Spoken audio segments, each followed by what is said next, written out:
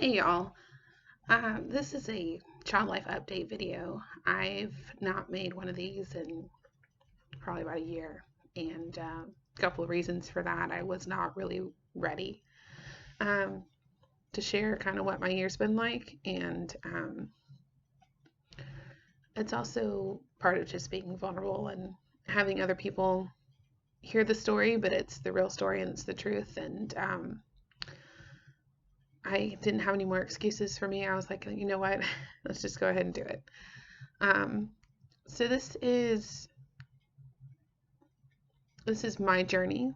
If your journey is different, that's totally fine. Everyone's journey in child life is unique, and this is not to compare and contrast. This is just real world, my journey, my season, that kind of thing, like that. Um, Child life is a very hardcore, competitive field, and I've gotten both the good and the bad of it, in the sense through the internships and applying for jobs and all of that great things, all those things that come with the journey. So I've seen, and I'm sure many of y'all have seen as well, who've been on the journey. Um, I don't want to use the word, like, I guess more uppity, kind of stuck up, um, popular girl kind of, mantra with child life. And then there's the real world, down to earth people. So you kind of get a mix of everyone in between. Um, so yeah, with that being said, I'm just going to go and share this. So I've actually been really sick lately, and my voice is just not going to come back until whenever it does. So forgive the raspiness. My child life journey started all because my sister was in the hospital. She has a chronic medical condition and was helped by a child life specialist, and so therefore I found out about it and pursued it in college. I went to Texas Women's University in Denton and studied there for 4.5 years was a dual major in music therapy and child life, and then I dropped music therapy and pursued child life with a minor in music. Loved it. Dr. McCarroll was great. Um, loved the courses, the classes, fully immersed, gung ho about everything. Graduated, um, applied for several practicums, ended up doing a practicum at Shriners Hospital for Children in Houston, which was great because I never worked with special needs patients before and I had no experience, and I really needed to know about what's it like to work with somebody who only has, two fingers, or someone who can't use half their body, or, what does physical therapy look like with child life. So those were all like, and the rainbow connection will come a little bit later, but those were all really areas I needed improvement in or knowledge of. So I felt like that was, even though it was a smaller practicum setting, like hospital wise, it was really had a lot of great experience. Then I applied for the first round. I think I applied for 15 internships. Didn't know what I was getting myself into. The second time I applied for 33. I had interviews at 8 and had offers from 2. One was in Hawaii, which obviously would have been great. Real sweet people out there. And the other one was in Missouri, in Springfield, from Cox Health, Deanne White Women's and Children's Hospital. Because I wanted to take my car and kind of afford housing, I chose Missouri, and it was a great choice. Got to work with an amazing small but mighty team of child life specialists, and in areas I didn't foresee working with, such as the Amish community, Mennonites, and children with psychiatric problems, which very interesting, very helpful to have that knowledge base and background, and of course everything else in between, most especially the NICU, and a large population in Missouri is babies born addicted to drugs. So that was, part of my time in the NICU learning about that, and furthering extending my knowledge base and independent skill work. So I left there in 2016, December 2016, I moved back to Texas to be certified, and I was certified in March of 2017. And the job hunt began. I was looking everywhere, applying. I was gung-ho, still enthused, just excited about life. And then Hurricane Harvey hit. And if you've not been through a natural flooding disaster, please don't judge the next little something or other. If you've been through one, you've been through a natural disaster that's impacted you and your home and your church and everything you know about, you can relate. But honestly, and I'm saying this very sincerely, if you have not been in my shoes, you just haven't been there, and there's nothing wrong with that. It's just, don't judge. So Harvey came and completely destroyed my community. I'm not in Rockport, I'm in Houston, which is completely, distant-wise opposite, but the storm basically was stalled and over my community for 3 days of absolutely nonstop rain, day and night. I'm not kidding. No stopping. You didn't see the sunshine. I mean, you couldn't go anywhere. Our house wasn't flooded, but our street was flooded, and what was greatly flooded was my church. And I'm a person of faith, and church is my second home, or my first home, whatever you want to call it. I'm there all the time. So to have your church completely flooded with over 8 feet of water in it, you're going to have some, it's going to affect you. No doubt about it. I mean, people who go to church understand me. But I actually went in the church and helped, get out we tried to save stuff. We tried to save the pianos. We tried to save the handbells, the chimes, or on the floor in a very tight, pretty much waterproof case. And even though they were in the flood water, they were not damaged. Amazing. No water in the case. But we were in a tent. We were in a high school. We were like a nomadic church. We were moving around. We were trying to find our spot. And in the midst of that, and when you've gone through a tragedy, pretty much the last thing on your mind is job applying. And so I didn't apply from September to December of 2017. My sole focus was on was recovering from the grief and the flood and all of that. It was helping the community, so child life was kind of put on the back burner. Not saying it wasn't important. Obviously I still need to work, still need to be employed, but it wasn't the priority at that point. My family was, and my community was. During that time, I was substitute teaching in the school district where I live, and was kind of floating around and working odd jobs, but I was working. It wasn't that I wasn't working.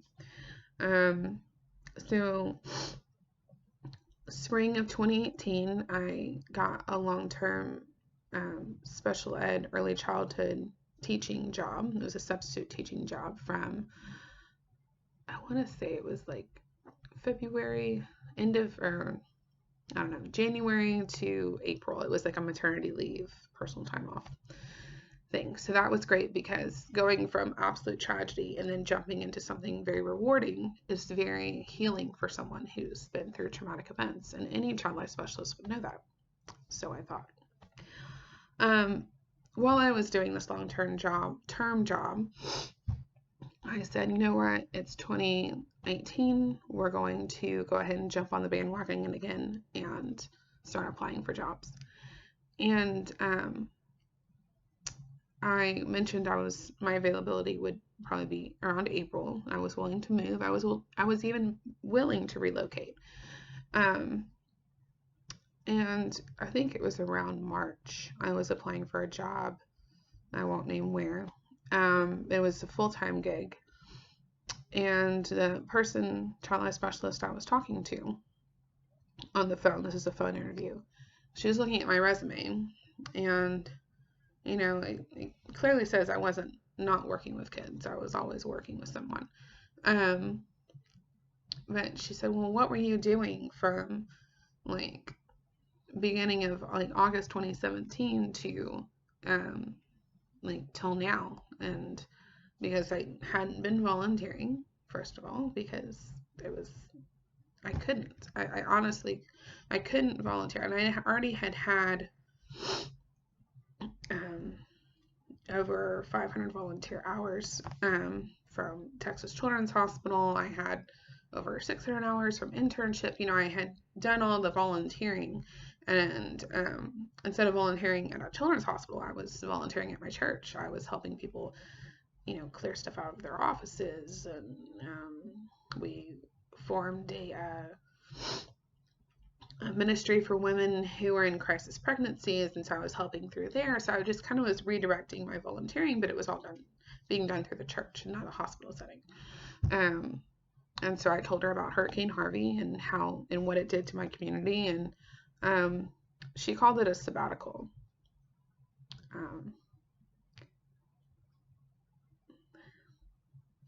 I know what a sabbatical is.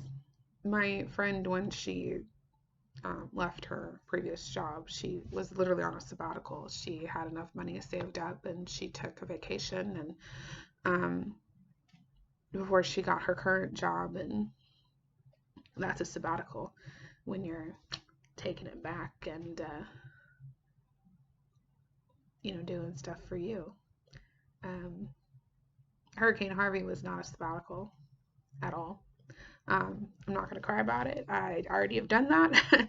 Past and done, null and void kind of thing, but that really hurt, especially coming from a potential colleague or another child life specialist out there who would see a disaster as a sabbatical. So punch in the gut, number one in 2018. And I just thought, if this is what child life is, I mean, I knew in my heart that's not what it was. I guarantee you this, but the negative party that meets in your head just will say all kinds of things. But I thought to myself, if this is what child life is tearing down people and saying disasters are sabbaticals and you weren't trying, then I don't want any part of this. So I took it I took that hard, honestly, and I didn't get the position, and even if I had, I probably wouldn't have gone up there, because I didn't want to be surrounded by somebody who didn't care to understand or care to acknowledge, kind of thing. So I continued to apply, and what ended up happening was a lot of the jobs that were available were PRN jobs. And then there's really nothing wrong with PRN jobs as long as you have some sort of a support in place to back that up. So PRN jobs are as needed. It's not full-time. I mean, it can be full-time, but you're not working consistent hours. And my internship supervisor told me, well, if you can get a PRN job, you should get that, because usually those turn into full-time jobs. And it's honestly very true. And there's nothing wrong with PRN jobs if you have the support system to back it up, to support you with that PRN job.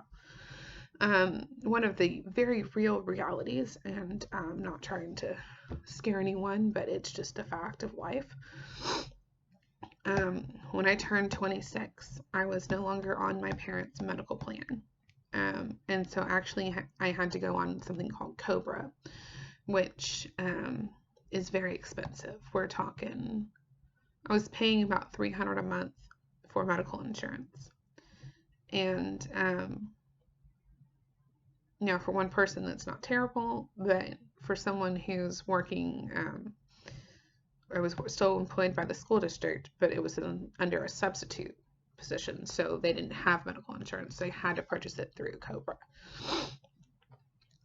It's expensive, and just be honest.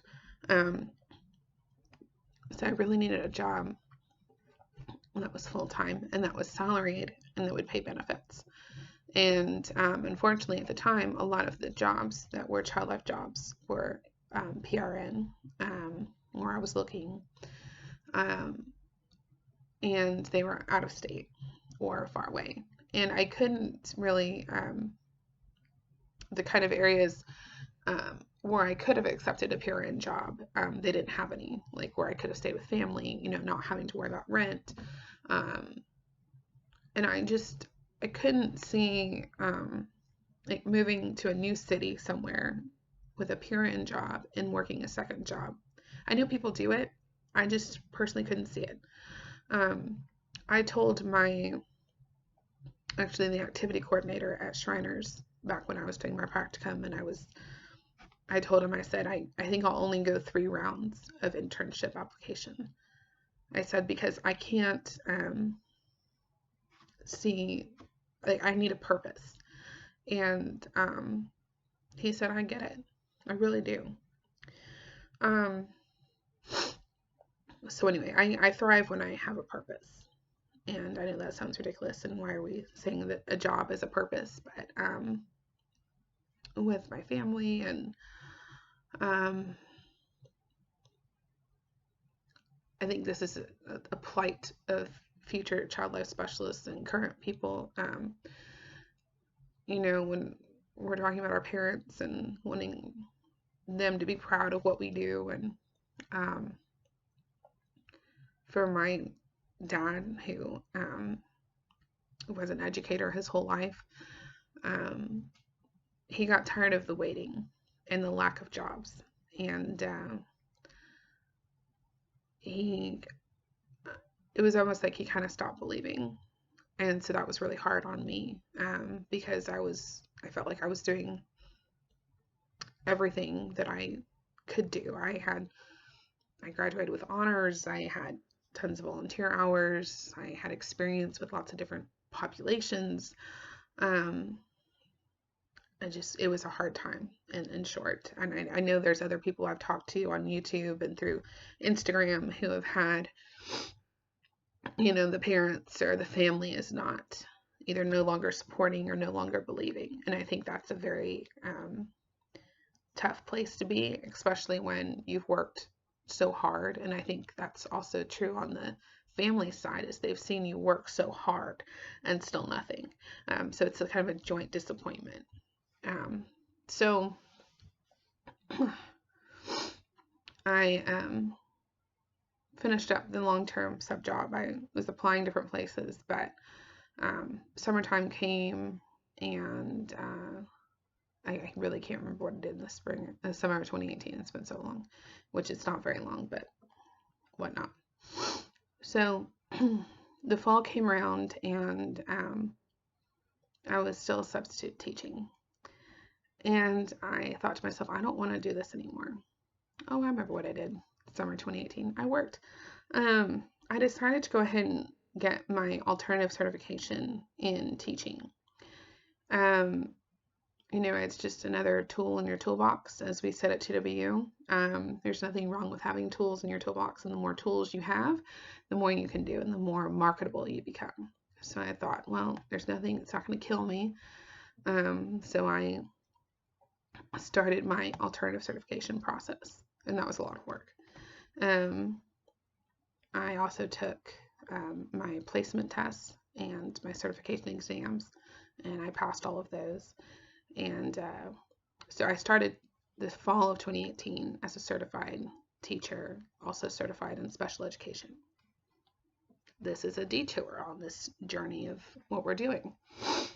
But I was still applying for child life jobs. I didn't give up. I really didn't. I mean, all of that had happened, but I thought, if I don't do this, what was the dream? Was the dream to become certified, or was the dream to work in a children's hospital as a CCLS?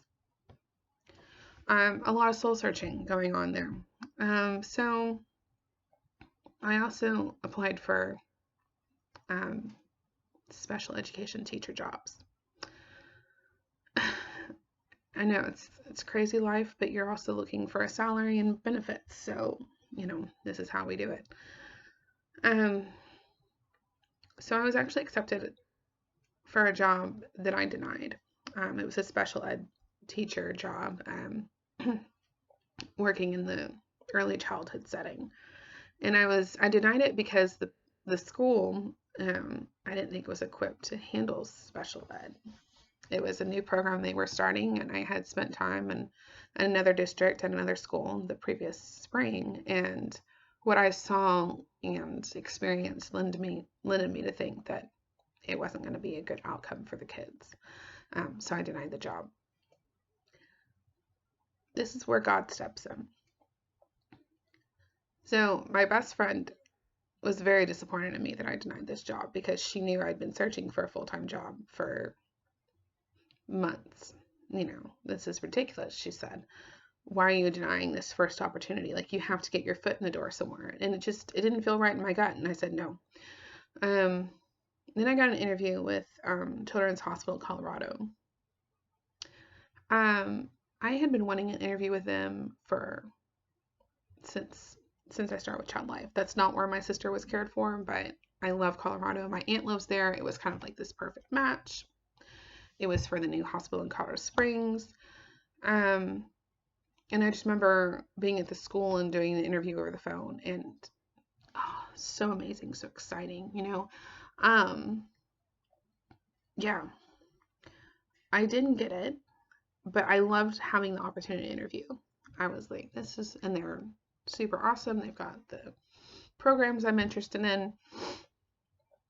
And I just remember being like, that was my last interview with Child Life.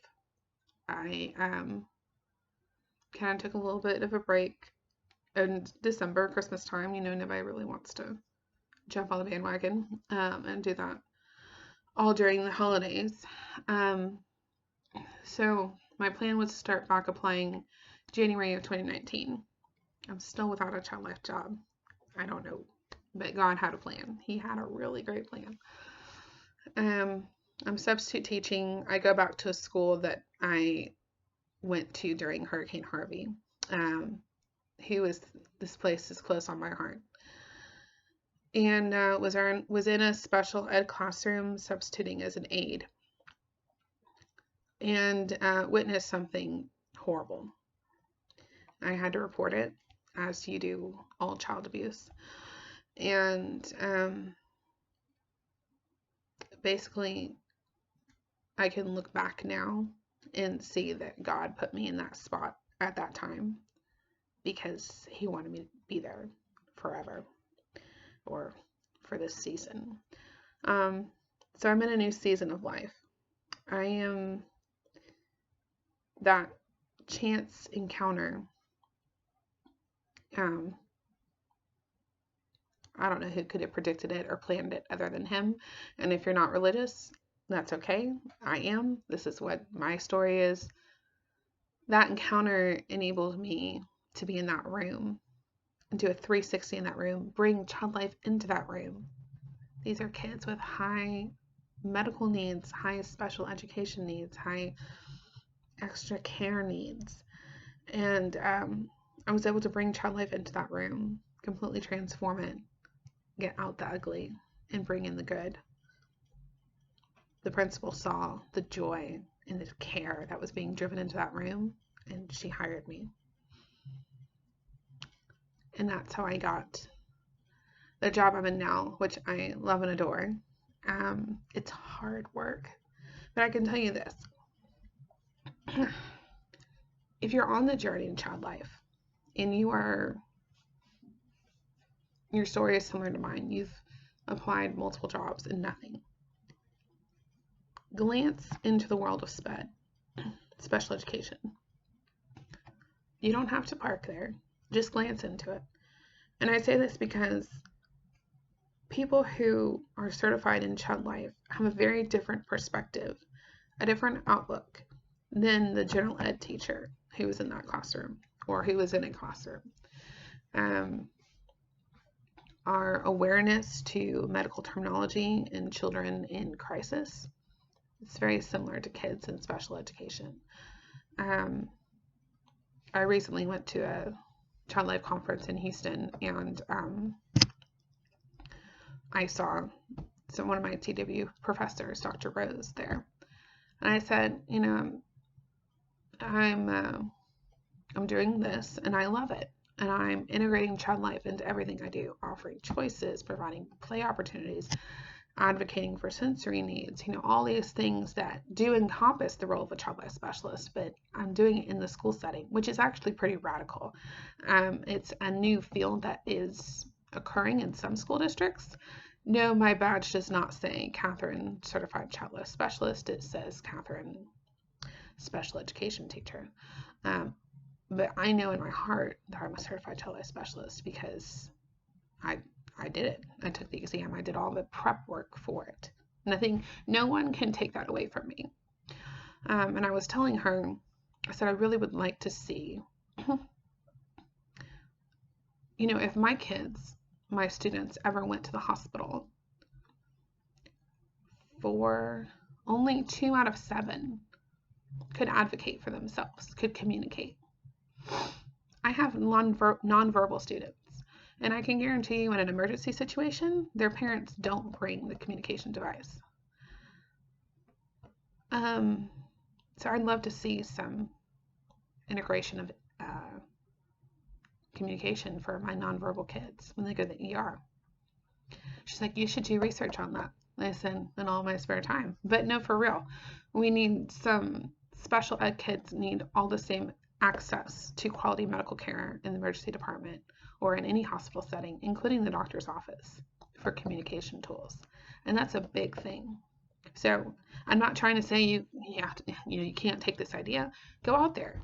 Go out there. If you're working in the hospital setting, what do you have for nonverbal kids who come in? Do you have a communication iPad? Do you have icons or visuals for them? They need that. They need that support. Don't always rely on the parent. That kid who can't talk, they have a voice too.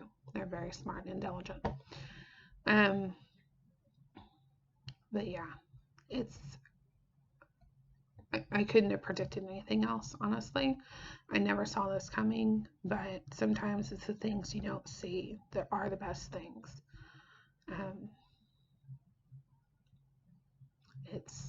It's a journey, and it's your journey. Not to end on a bad note or anything, but one thing I wish would change, genuinely, is that, if you're a child life specialist in a hospital setting, that's great. Congratulations. I'm proud of you. Really, truly. You're out there doing great work. If you're a child life specialist who is raising a family at home and you go to conferences just to keep up with credits, congratulations. I'm proud of you. You're out there doing good work. If you're a child life specialist who works in a grief center, who is volunteering, who is looking for a job, congratulations. I'm proud of you. You're out doing good work. If you're a child life specialist who works in a non-traditional setting, such as a school setting, or maybe you run your own private practice, congratulations. I'm proud of you. You're out doing good work. What I have encountered multiple times as a prospective child life specialist, as someone who is doing a non-traditional role in the field, I let it roll off my back now, but I didn't before. It really hurt. Is when you go to conferences, please don't treat those who don't work in hospital settings like second-class child life specialists.